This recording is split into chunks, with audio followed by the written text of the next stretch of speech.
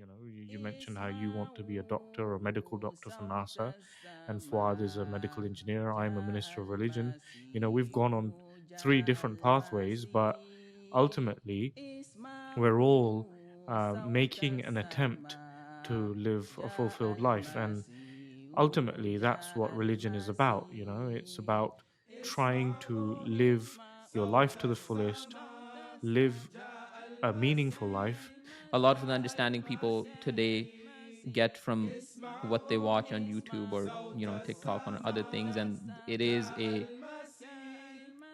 kind of the general view point of the world that no one's really interested in religion, when actually I personally think in reality is that everyone's following some kind of moral code. Whenever a new scientific discovery is made, whenever we uncover a new scientific truth, or whenever new research comes out, it always supports what Islam has already been teaching us.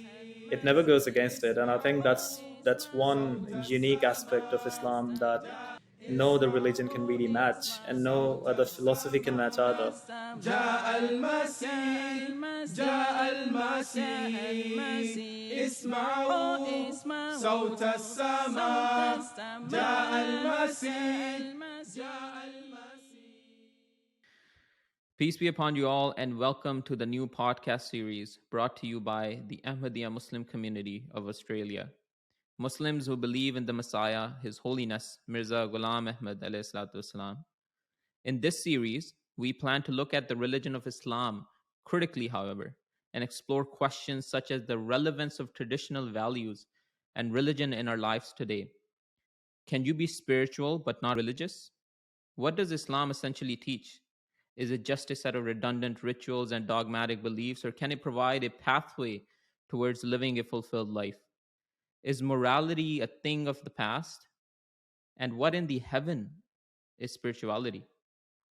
With a great increase in the number of people who are turning away from wokeism and nihilism and subscribing to more conservative worldviews, can these traditional and tested values provide solutions to the problems we individually face today?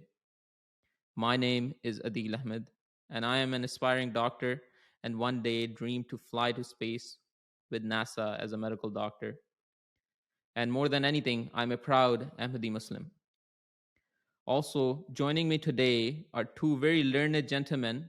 Firstly, we have Imam Muhammad Hadi, who is a minister of religion for the Ahmadiyya Muslim community currently serving in Australia, passionate about psychology and demonstrating the wisdom and relevance of Islamic values today. He likes to read and play basketball and soccer in his spare time. Also joining us is Fuad Munir, who is an electrical engineer by day and a youth leader by night. Both of these gentlemen have years of experience working with communities and helping people live better lives.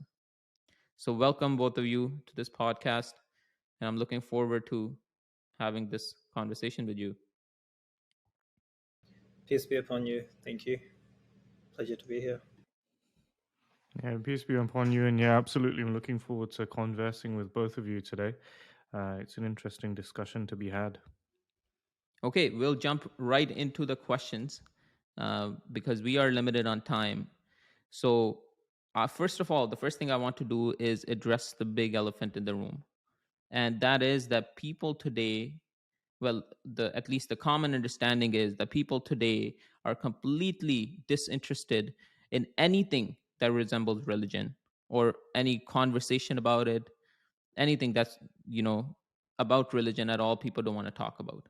Now, first, I want to ask, is that actually the case? And I'll address this question to Imam Hadi. Well, it's interesting, really.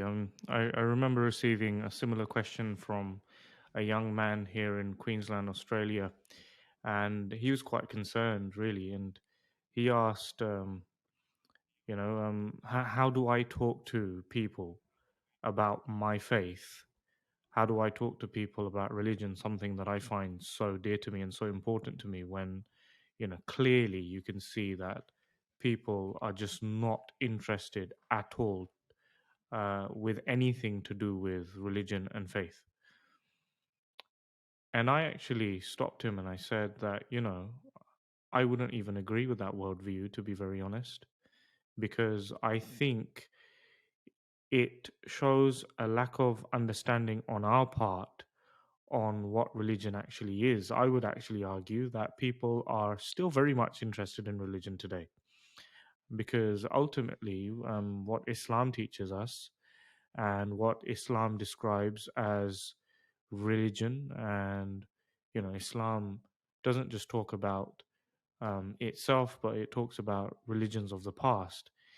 And fundamentally, Islam presents religion as a way of life, um, a set of principles that you adopt to try and live a fulfilled life. And even a cursory glance on today's society, you'll see that in actuality, people are very much invested in trying to live a meaningful and fulfilled life. And I mean, they might do it in different ways, and that's of course natural.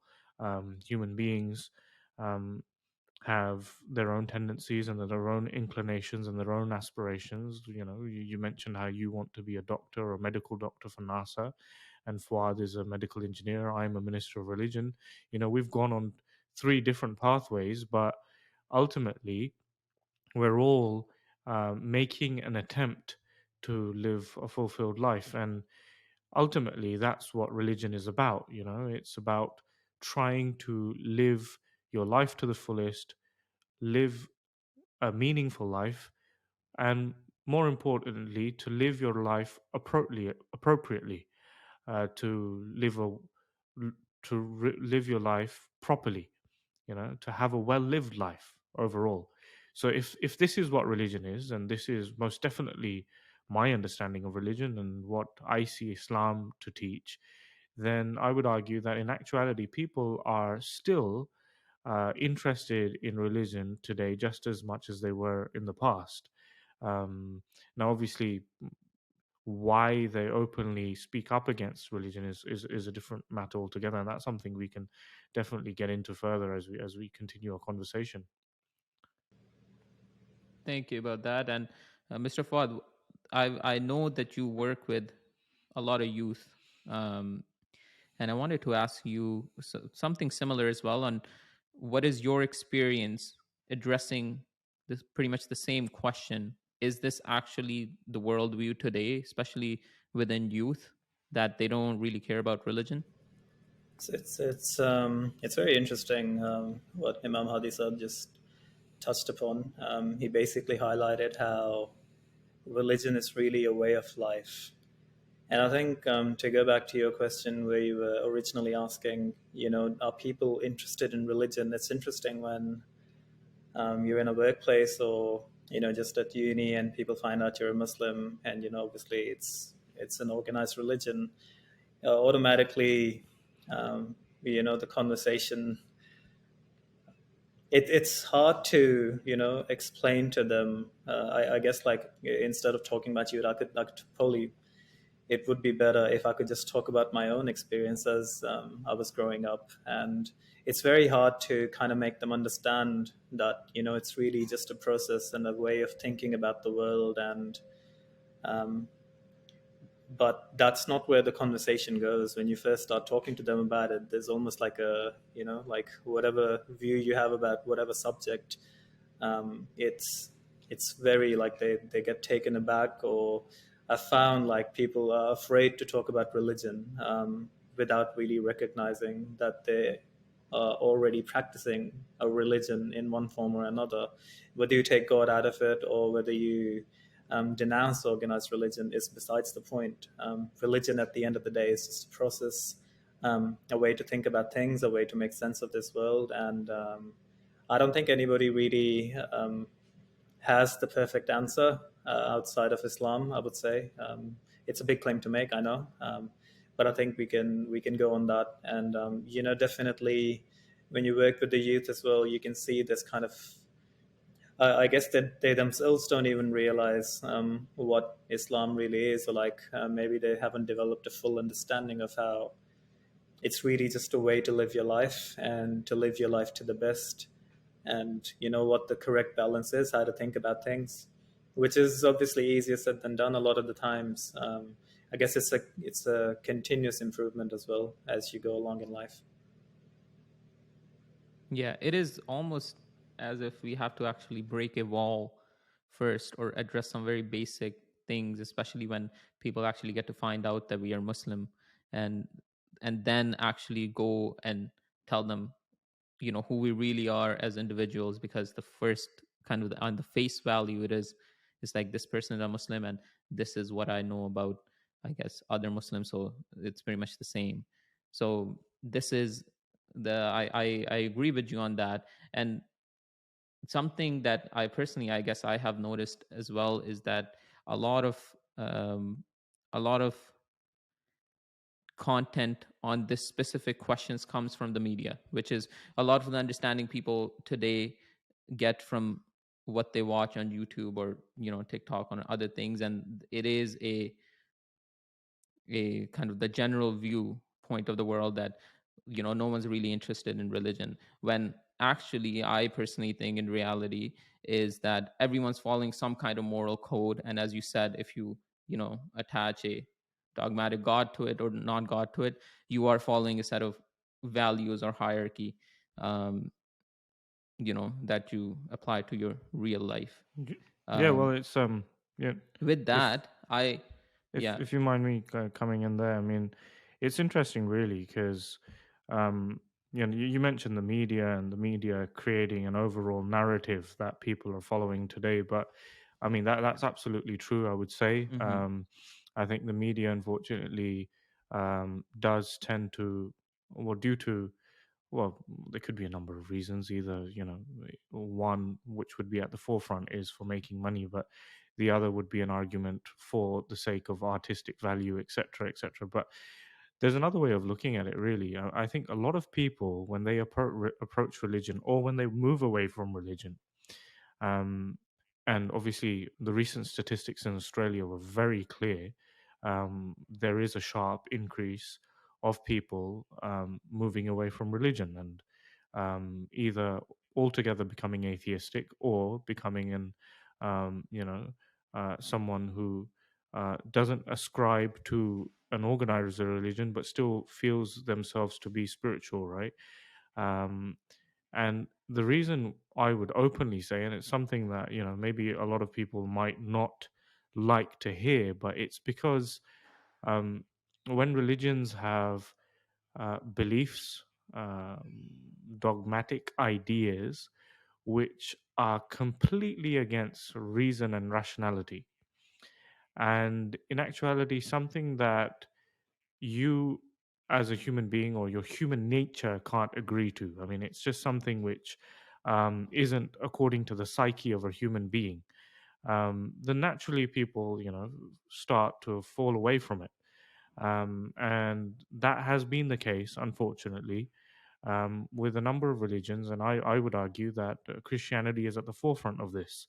There are a number of dogmatic beliefs that have unfortunately been held onto, or even I would, as a Muslim, we say that these are beliefs that have been produced later on. They're not found in the original teachings of Christ or within the life of Jesus himself, right? And what that then leads to is people then becoming disillusioned by the religion and eventually just falling away because they say they think that, well, this religion has nothing for me. They're just a set of rituals that I don't necessarily need to do, right? And then in that vein, if you move slightly forward, a lot of people holding this worldview then start to judge Islam based on this, right? They think that, well, if this is the case with Christianity, then it must be the case with Islam, right? And you'll see a lot of leading atheists, instead of actually looking into the religion of Islam, really trying to understand the philosophy of Islam. They just make sweeping statements, or they've already made their mind up that, well, it must be something completely similar to modern Christianity, hence it's not relevant today. And another thing that you'll observe as well, actually, is that there are certain religions in the world today that people are readily adopting, right? But then those religions have had to to a certain degree, um, completely reshape their image and only present principles which the modern mind can agree to.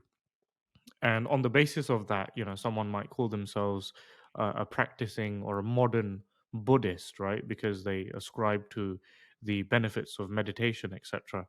So it's a really an interesting situation that you see. um, Whereas, when you look at the religion of Islam, um, it's so in line with the human psyche, right? If you actually look into the principles and the values that Islam presents, it's just about living a balanced life, really, isn't it? Islam addresses a number of issues, including your diet, how you should regulate your time during the day. How do you ensure that you are mentally as well as physically fit, etc., etc. All of these things are described by Islam, and these are things that now, which is interesting, you find in self-help books that people are running towards. And to be honest, I've read a number of these self-help books, and every time I'm just like taken back, and I think, well, this has already been described by Islam quite extensively, really. And so I think another reason for the situation that we have is a grave misunderstanding found in society today. And to be very honest, I'll be quite frank, I don't blame society at all for it. I mean, if you're constantly presented with these illogical, dogmatic, ritualistic ideas that don't really have anything to do with, living a life fully and appropriately, then obviously, naturally, you'll move away from religion and you'll try to find things which aren't redundant and which are a bit better and more efficient for your life, right? Um, s- You said, Imam Hadi, you said some very interesting ideas, and I actually wanted to ask you a question about it. Uh, what is a responsibility of an individual himself to find not the right religion, the right thing to follow for himself?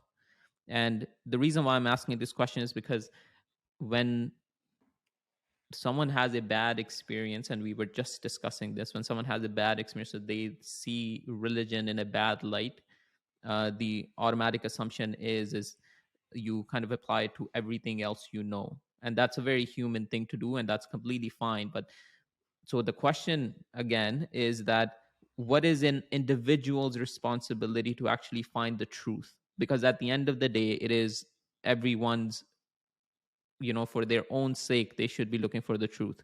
So what is their responsibility, and what would you want, I guess, all of our listeners to do to find the truth? well, yeah, that's very interesting. I think again, it just comes down to balance, isn't it? Ultimately, I think those people who, due to their reasoning, and I think we can simplify it even more. If an individual decides to leave principles which are obsolete, right, because they're clearly demonstrated to be obsolete, right? I think that's quite healthy. And if that's what leads one to move from one set of ideas to something which is better, then that so be it. I mean, ultimately, yeah, as you mentioned, everyone has a hierarchy of values, and it's important that we climb that hierarchy. And within that hierarchy, there will be certain ideas and certain values which, through the process of natural selection, will beat out other values, right? And if for that reason, unfortunately, the religion that you've inherited from your parents doesn't live up to that critique, and you find yourself not believing in it and moving away from it, I don't think you should be ashamed of that fact. I think it's quite a healthy thing to adopt that which is true and that which is right, right?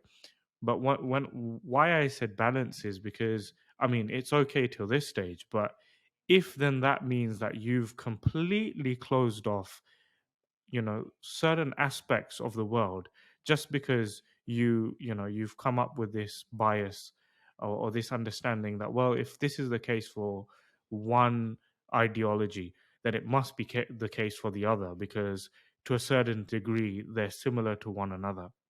Then I think that's quite unfair, and I think um, an individual would be doing a disservice to themselves, right? Ultimately, it comes down to your intention, isn't it?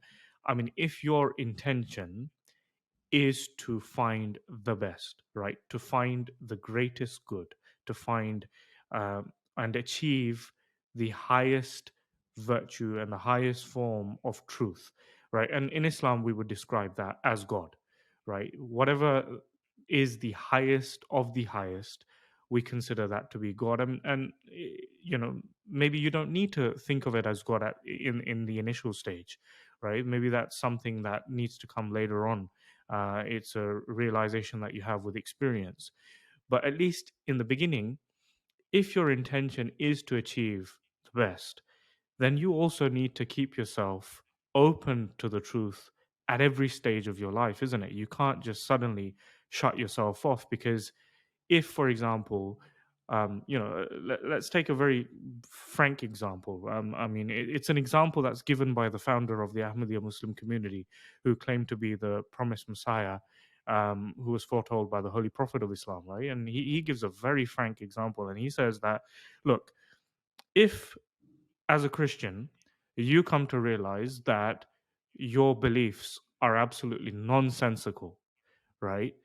And you come to realize that they're not really doing anything for you and your worldview and for your progression as a human being, right? And then you're provided with a better set of ideals, something which is more in line with your reasoning and your rationale, in line with your human nature and your human psyche, etc., and actually can help you live a better life, right? Then if your intentions are pure, you would naturally try to move on and adopt the better values, right?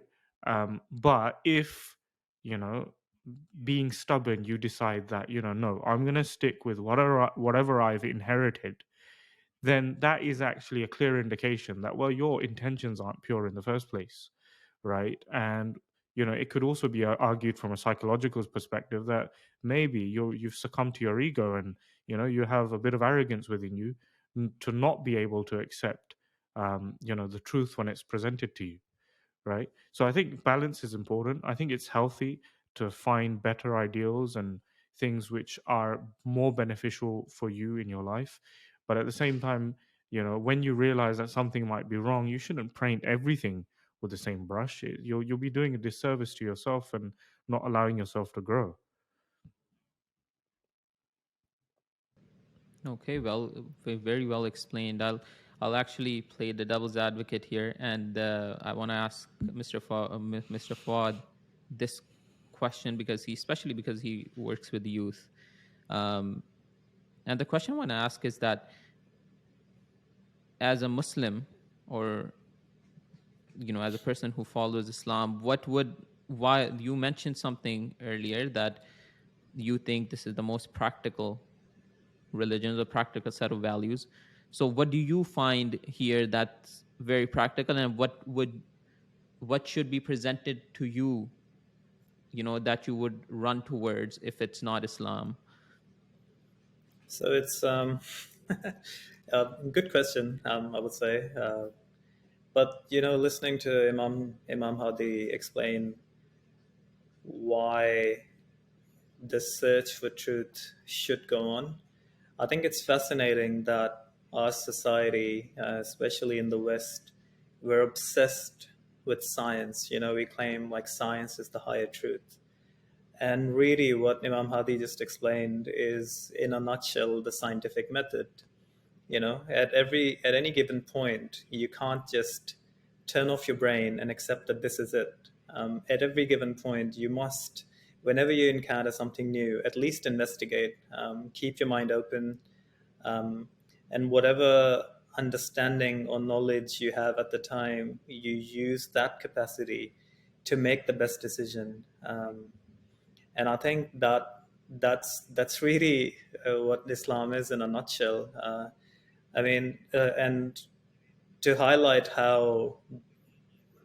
the beauty of this religion as well, I would say that's perfectly in line with our natural tendencies as well. As children, we grow up and we've got weird things that we think of the world, right? Like, I don't know, maybe I thought that people who played basketball were just silly, or for example, but like now I know, um, especially meeting Imam Hadi, that people who play basketball can be very smart. I'm It's just good I'm to just know really that you don't think simplifying. that I'm silly.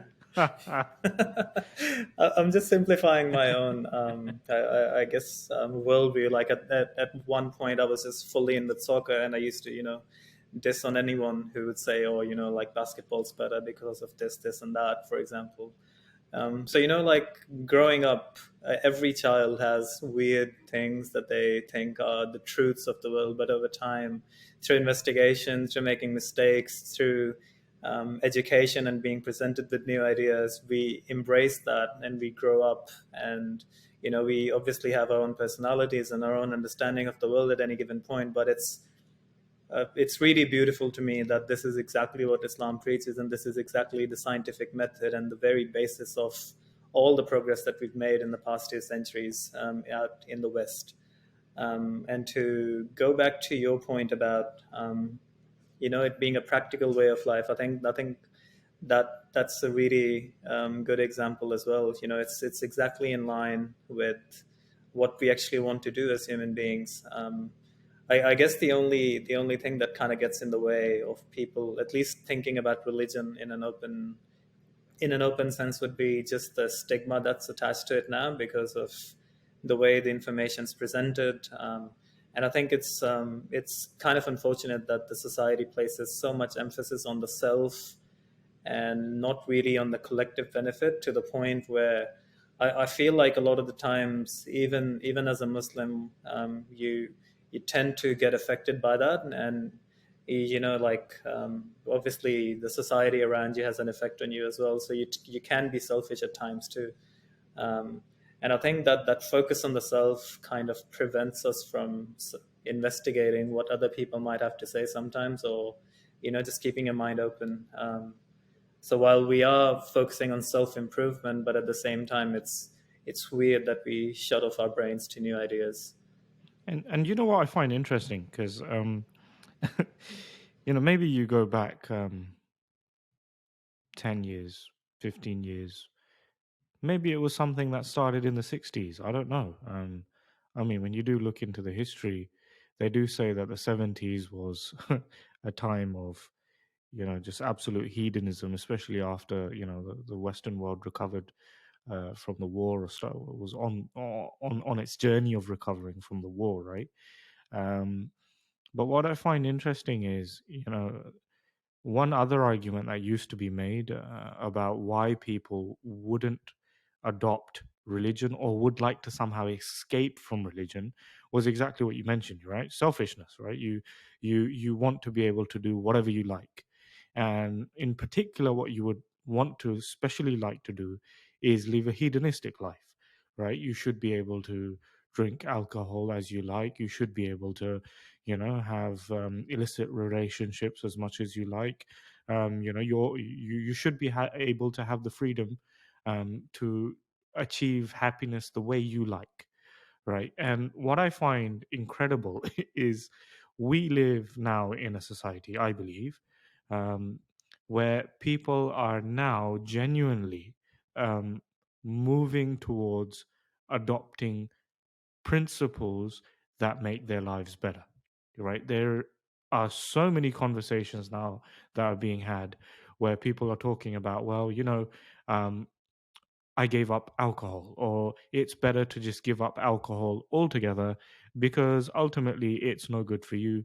It's not good for your waistline. It's not good for your own mental health. And if you want that healthy body, it's not just something you should be doing. Similar, same thing with having illicit relationships and being completely obsessed with living a promiscuous life.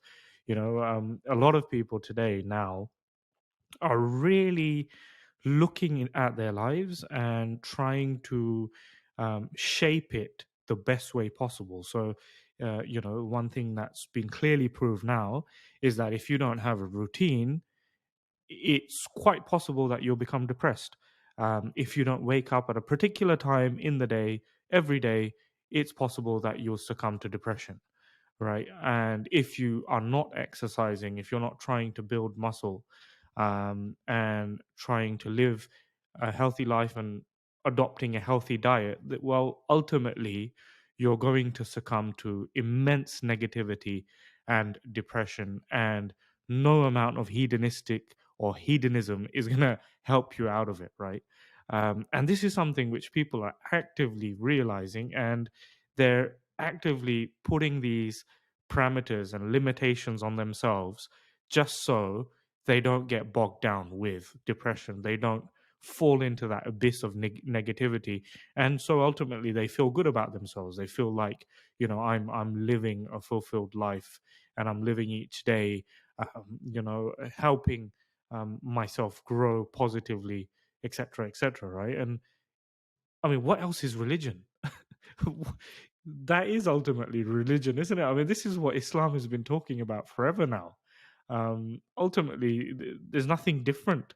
I mean, yeah, I mean, we could definitely argue that religion, or particularly Islam, takes you one step further and describes spirituality slightly different to what people think spirituality is today, again, due to having a very misconstrued idea of God. And again, I'll be very bold and I'll blame, unfortunately, religions today, one being Christianity at the forefront of it all. But ultimately, you see an immense amount of people now.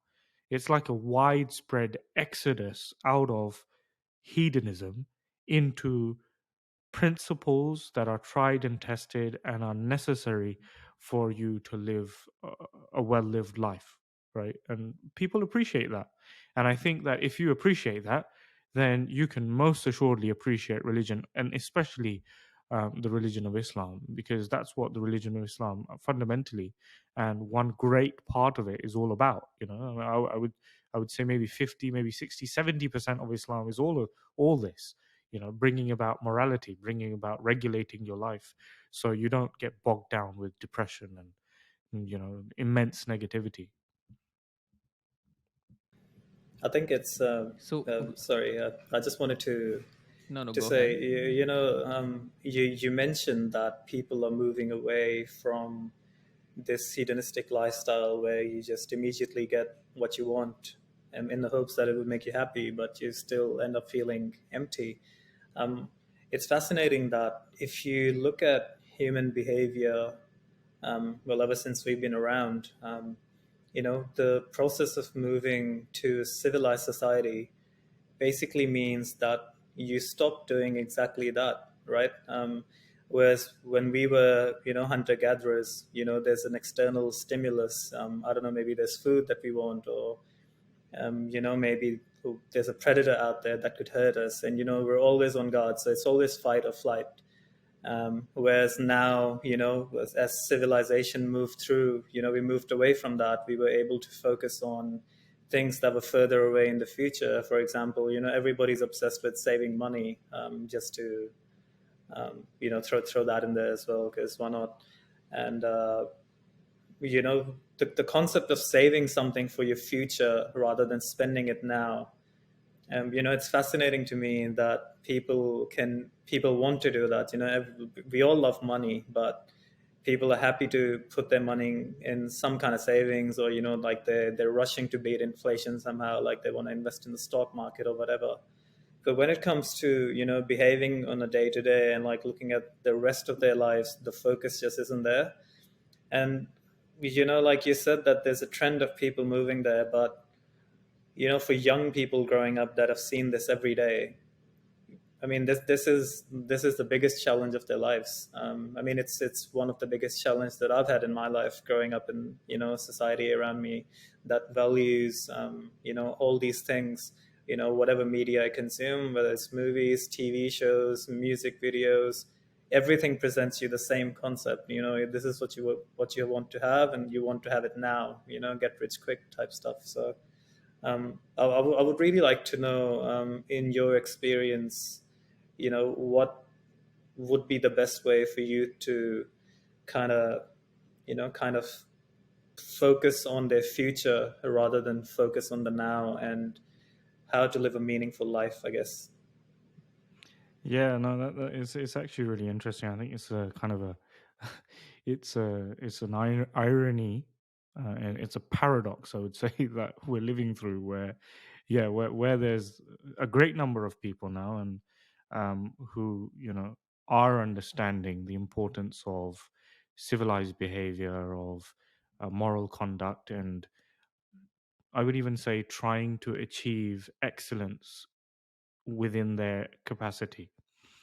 Um, yeah, on the other hand, you do have a lot of people who unfortunately don't know any better, because obviously whatever's being shown on TV, or whatever, people, when you have that mob mentality coming through, um, people feel peer pressured into thinking that, well, maybe the best life is to gratify yourself immediately. um, it's an unfortunate problem, but I think those who have a religion have it much easier, right? And I think that's one of my biggest pet peeves, right? Something that really gets to me, is, if you, especially if you've inherited the religion of Islam, right? It's something which you've grown up seeing in your home. It's something which provides you a community, a support, right? It gives you um, a place to go that you can call your second home, i.e., the mosque or wherever the community gathers, right? It gives you a support network and a support system, right, to help you understand the principles that are espoused by Islam to live a better life, right? I think it just comes down to actually just trying to understand what you're doing, right? Because, like, for example, our community as Ahmadi Muslims, one thing that we openly and boldly claim, and we pledge, on a number of our events, on a number of occasions, is that we will give precedence to our religion over the world. And sometimes I think a lot of people don't really fully understand what that means, and again, I think, again, it's due to this paradox that is in society, these misconstrued ideas about religion that is ever prevailing, that obviously if you're part of society, you're going to be affected by, right? And a lot of people, I would argue, would, when they think of giving precedence to religion over the world, straight away they start thinking, well, there are certain set of rituals that I need to do, right? That the religion expects of me to do, and I need to just do them through mere lip service. For example, turn up to the mosque on Friday for a Friday service, or during the day I need to offer my 5 daily prayers, and I just need to do them and get them out of the way. But I don't actually know what on earth these activities or these values are doing for me, right? So you think that, well, I need to give religion precedence over the world, but then at the same time you have this overarching idea that, well, to be very honest, I think the world is a bit more beneficial because, it's giving me something in return. Whereas religion, it's just, again, a set of redundant ritualistic values, and you don't fully really understand why you're even doing it and why you need to give precedence to it. Whereas if you understand the fact that, again, religion is not a set of ritualistic, redundant values, again, religion, when you're saying that I give precedence to my religion over the world, what you're actually saying is I give precedence to myself living a fulfilled and meaningful and full life. That ultimately, that's what you're saying. You're saying that I'm not going to live on survival and I'm not going to be chasing the world to get bread and bring, money in to somehow put a roof over my head. Obviously those things are important too, within religion. I mean, if solely all you're doing is running after, material gain, you know it could be argued that, all you're really doing is living according to that human instinct of survival. All animals live on survival, right? But you can bring that into the religious sphere where, well, okay, you make a living, you aspire to a career that helps people and makes the world around you better. And to do that, you need to, adopt a certain level of sacrifices within your life. You need to live a certain type of routine. You need to study a certain amount of time, and within this all, you need to also regulate your time by taking time out to actively, pray and meditate on the most important thing in your life, right? Which again, in religious terms is God.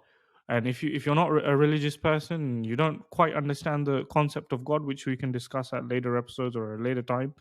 It's the highest virtue and the highest form of good that you can even think of within your hierarchical, value system, right? Ultimately, when you're trying to do that and you understand that that's what religion provides, it provides you um, the the resources to really live your life properly, and then you actually understand the wisdom behind everything that you're doing, right? And prayer was just an example that I used.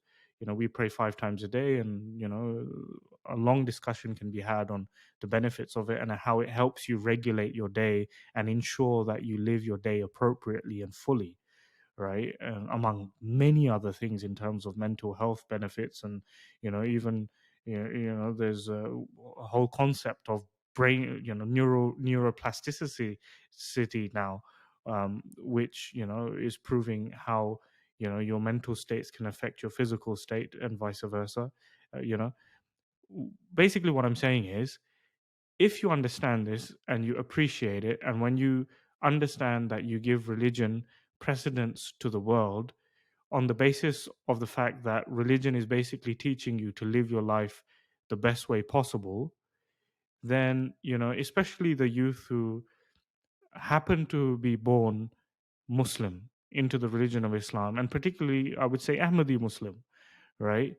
Uh, we're very fortunate. You're very fortunate. You've been given a whole system, and the only thing that's keeping you from truly benefiting from this overall lifestyle that you've literally just been given on a silver platter is your understanding. It's just you just haven't understood it properly, and you're unfortunately, you know, you've unfortunately fallen prey to what everyone else has fallen prey to, and the reason why people are moving away from religion, right? So I think it just fundamentally just comes down to understanding that, and as a youth really welcoming that and realizing that there is a lot of value in understanding religion properly and helping you live a fulfilled life. Now, if you're not within the fold of Islam, then, well, you look into it and look into the merits of it all, and you can see, for I mean, ultimately the truth speaks for itself, right? I mean, if there's any merit to any of this,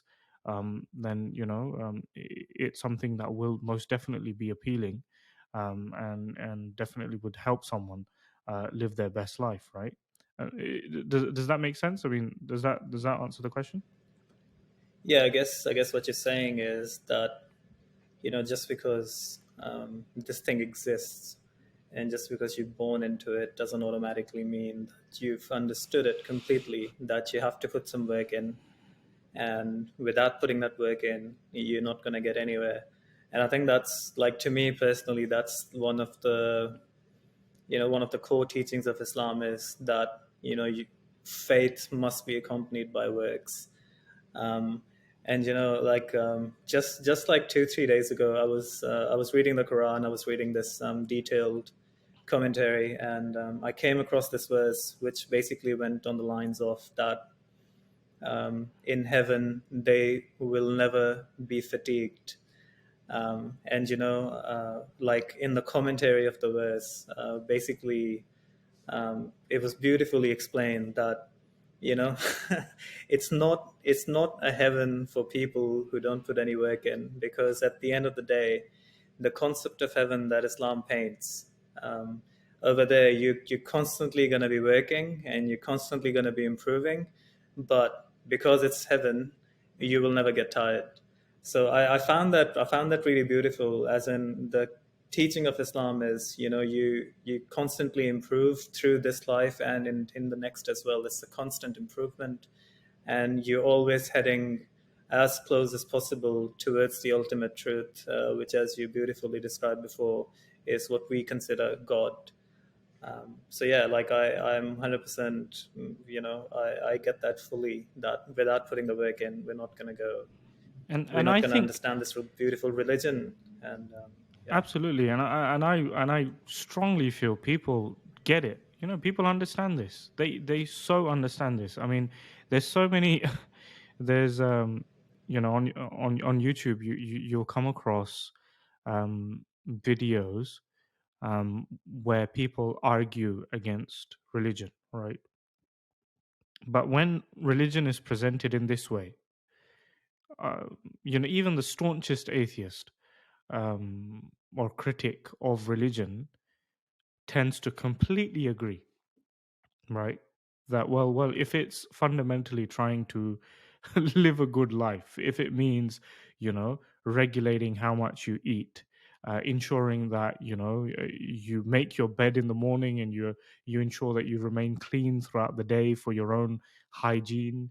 If it means waking up at a particular time every day, and regulating your day using meditative practices, working hard, and choosing a sacrifice and living with it, all of these things, we already agree to these things. We already understand the benefit of it. And as you quite rightly put it, I mean, if we hadn't done these things, I think one crucial issue with I don't know, I believe it's called the woke society today, is you completely undermine what human civilization has managed to achieve over a time period that is far greater than what we have perceived just over the past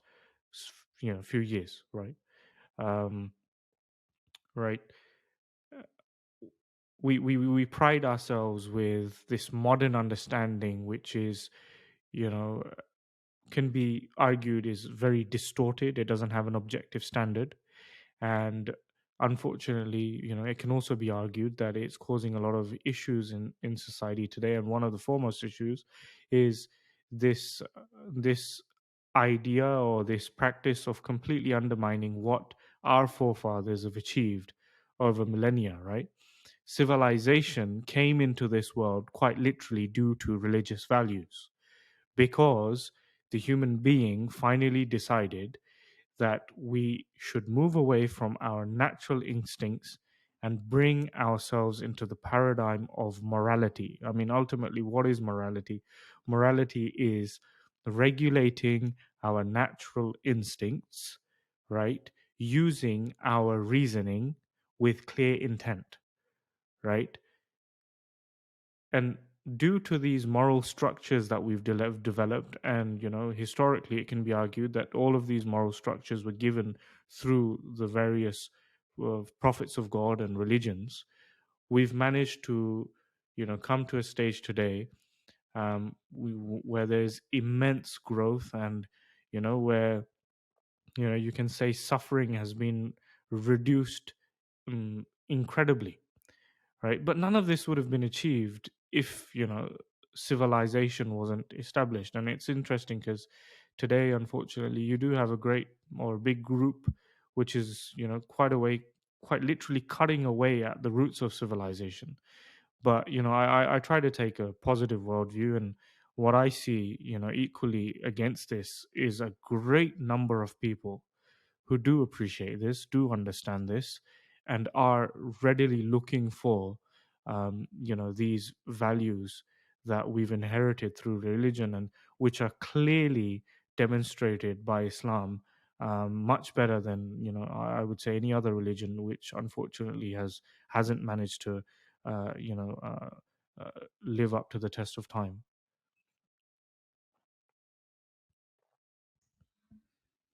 So the basic, I guess the main, if we painting a picture on a frame, the basic painting we're painting right now of Islam is that it's a set of values that we follow to kind of achieve a fulfilled life and achieve our best life possible, right? But here's the question that comes from that, and I'll give an example of it.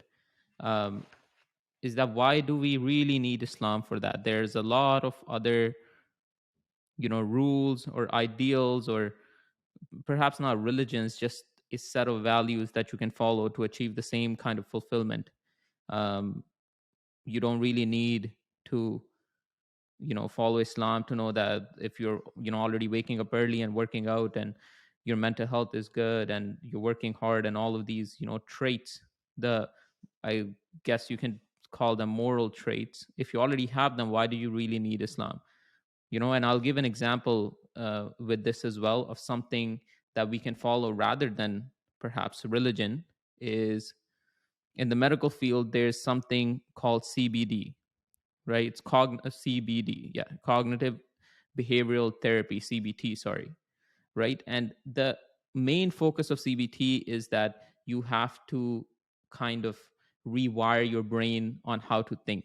And this is the primary uh, therapy that is being used for anxiety and depression and all kinds of mental health issues today, right? And what you do is you go and you essentially just meditate. You sit, and the goal is, hey, you're going to focus on your breath. Your mind's going to take you some other places which are going to cause your anxiety, cause your depression, but at the end of the day, bring your thoughts back to your breath and just focus on that singular thing, your breath, right? And if you're doing that right, and if you do it for long enough, your brain rewires. And this has shown to be the most effective therapy for anxiety and depression, and this is being used in clinical scenarios now. So why does one perhaps even need religion to achieve all these traits that were mentioned, or that be painted on a painting board? So why is Islam really needed? What other value does it bring other than these basic traits, basic, I guess, moral traits, you can call them? And I'll address this to Imam Hadi, and then we'll move on from there. Yeah. Well, yeah, that's a very, very good question, and I think it's fair. I think a reply to this should be given, because it's a natural kind of a question that can arise, isn't it? I mean, if we, through our own effort, have now ultimately started to realize what is good for ourselves, then why do we need to even look to a particular religion to tell us how to do things, right? I think this question would need to be unpacked, because there's a number of aspects to it, which need to be understood to fully appreciate the answer, right? I mean, first and foremost, the Holy Quran, right, which is the fundamental source of Islam, right? I think it's important to understand that fact first and foremost, right? Islam is quite literally the Holy Quran. The Holy Quran is Islam, right? The Holy Quran is what we believe to be the objective standard to prove the existence of God, and we believe it to be the revealed word of God, right? And the Holy Quran in itself actually boldly presents this challenge to society and to the world. And it says that, look, if you can come up with a better book than this, a book which is both concise and comprehensive, a book which was well ahead of its time when it was revealed. It was revealed to an individual who did not have any formal education whatsoever, but was espousing truths which was mind boggling to the people of that time, and is still timeless and applicable to today's society, right? So the Holy Quran presents the challenge, and it says that, well, if you're able to find a comprehensive and yet concise manual which can basically face up to, or can go up against, the Holy Quran, then you should do that. and based on its merits will then evaluate which is better, right? And up until today, that's never been the case. And this is something which obviously you can understand it's a discussion which would take hours and hours, because obviously, you know, an individual could say, well, this is one value that I've learned from so and so, and this is one value that I've learned from so and so. And then we could go through the exercise of showing that, well, did you know that that value has already been described in the Holy Quran? Did you know that that value has been already described in the Holy Quran in this way and that way, etc.? And, you know, all those things that you've found from like 10, 20, 50 different people who've done extensive research over their time to come to realize this simple truth. It's already been detailed in the Holy Quran. I mean, you gave the example you said it was CBT, right? In the medical profession, and it's one of the foremost Yeah. ways on dealing with anxiety and dealing with depression, and trying to ultimately, what is it? It's basically teaching you to move yourself from negative states of being into positive states of being, right? Through, you know, Mhm. focusing on one thing and not allowing your brain to go towards those negative thoughts, which could eventually lead to negative stimulus and, you know, overworking the brain and the body through anxious emotions, right? It's interesting because that's exactly what salat is, right? Salat, which is the Islamic form of prayer, for centuries, right? Human beings have learnt to pray, learnt to, you know, I mean, technically, a whole conversation on simplifying what prayer is can be had as well. I mean, the founder of the Ahmadiyya Muslim community, um, he explained prayer in such a simple, concise, but comprehensive manner. He said that, you know, fundamentally, what prayer is you trying to search for the means to an end, right? You trying to find and reflect and find the means and the solution to a problem that you have in your mind, right? And he says the only difference between an individual who believes in God and an individual who doesn't is that he knows that the source of all grace and energy and the absolute is the Alpha, the Omega is God Almighty. So ultimately, that solution is also going to come through that chain, right? Where someone who doesn't believe in God, he does exactly the same thing, he reflects, but he doesn't know where the information is coming from, right? Now, in the case of salat, what I was saying is prayer is something. This practice that I've just described in a simple form is something that we all do. We still do. People who don't believe in God still do, and for millennia we've been doing. But salat, right? Just like many things in Islam, you know, Islam ultimately teaches us to regulate our natural instincts, bring them into the moral paradigm, right? Similarly, in Islam, everything takes up a great deal of sophistication, right? It teaches us to do things in the most sophisticated manner. So, prayer, the most sophisticated form of prayer that has been described by Islam, is salat, right? And it has, you can say, it is an amalgamation of teachings from all the world religions, right? It's really interesting. Recently, I came across a story by a convert, and he was saying, I was a Christian and I converted to Islam purely on the basis that when I would go to church, we would kneel and we wouldn't prostrate. Whereas I read in the Bible that Jesus would put his face on the ground and he would prostrate before God when he would pray. So when he was in the Garden of Gethsemane and he was praying to God to take this cup away from me, this situation of the crucifixion, he was prostrating before God and crying. And he said that, well, that wasn't in Christianity, and I found it to be in the religion of Islam, right? And similarly, the religion of Islam, you can say, takes all the universal truths that are found across the world and provides it in the most succinct and best manner. So, what I'm saying is, this idea that you shared is in actuality one of the fundamental cores and aspects of Salat, right? The Islamic form of prayer. Literally, what we're taught is during our day, during our weeks, during our months, during our lives, we will constantly be faced with negative stimuli, which switches on the flight and fight response and puts us under immense pressure and puts us into survival, which is not really good for our body and our, ultimate health. So it is required that during the day you take actively time out and you focus your attention on the most and supreme and the absolute good, right? So instead of focusing your attention on your breath, right, you focus your attention on God, right? And more importantly, it teaches that the best time to do it is starting off early in the morning, right? When everything is quiet, when melatonin is at the highest, right? And because, research shows that when there's increased melatonin in the system, then there is decreased um, um, cortisol in the system, which is basically the chemical that produces stress, right?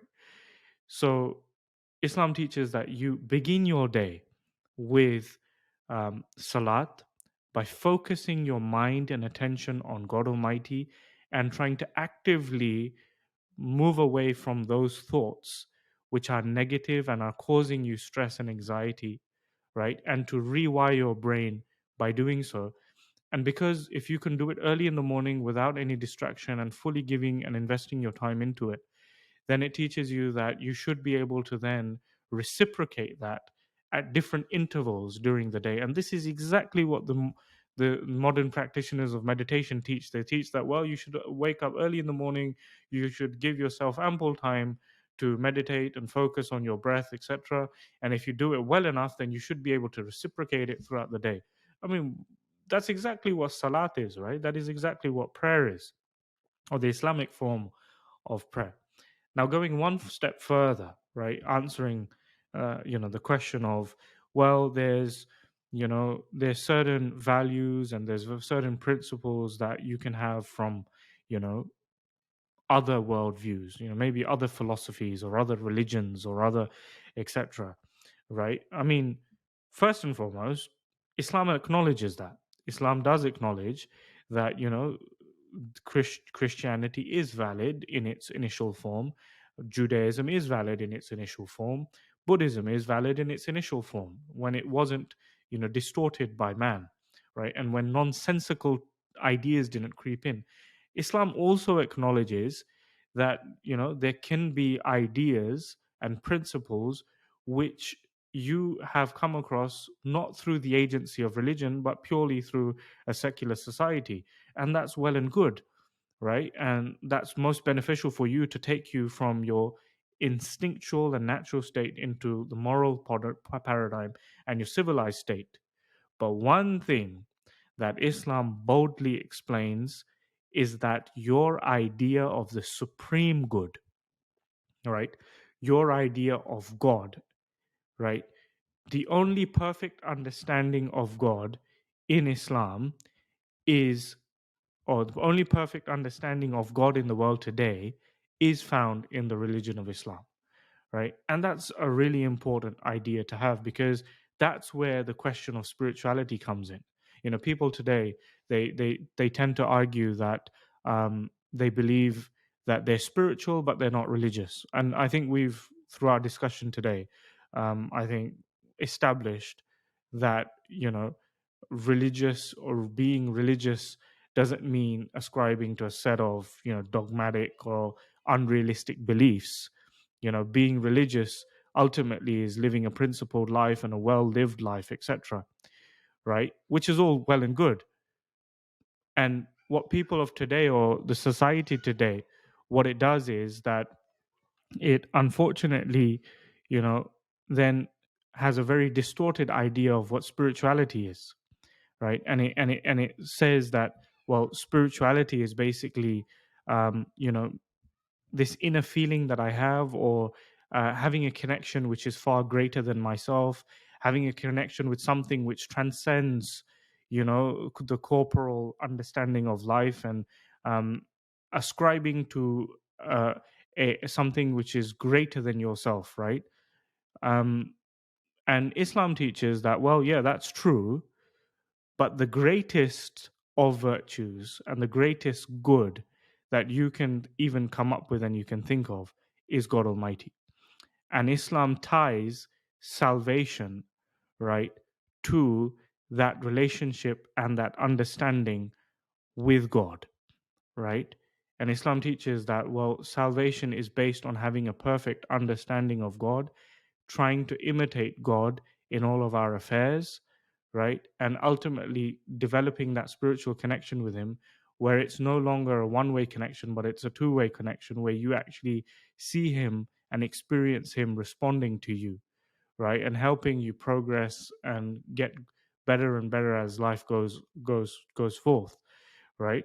So answering that, I mean, I know it's a long-ended answer, but to fully appreciate and understand this situation, if you were to summarize this all, having listened to this whole explanation, ultimately what Islam will give you is a connection with God which no other religion or worldview is able to provide, because a complete picture of God is not found in any other worldview or religion, right? When you're talking about a complete picture of God, you're talking about His perfect attributes, right? I mean, you can take the example of Christianity, if you will, right? If, you know, in one sense, there's this idea that God is absolutely, He's so just that He's not even able to, forgive mankind and requires a sacrifice from a child, and this completely distorted belief, which is resulting in millions of people leaving Christianity, right? And Islam teaches completely against this and provides an explanation on God, that God is pretty much interwoven in the fabric of the universe, right? And, ultimately, this universe is His decree, and the laws of nature ultimately is a design that He has purposely made, for our own progress, etc. So ultimately, what Islam gives us, or what religion, or the religion of Islam gives us, is not only, a set of morals, principles that enable us to live a principled and civilized, well proportioned life, but it takes you one step further, and it takes you to a point where you can, experience a true form of spirituality, right? Which is a connection with the most supreme and absolute good. So ultimately, it's just a question, isn't it? You have to question yourself that, what is your idea of the supreme good, right? And is it possible that the supreme good could be a conscious God which responds?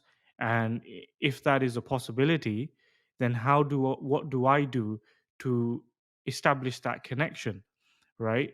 And if I'm not interested in establishing that connection, then, am I really, is my are my intentions really pure to progress and live the best life I can?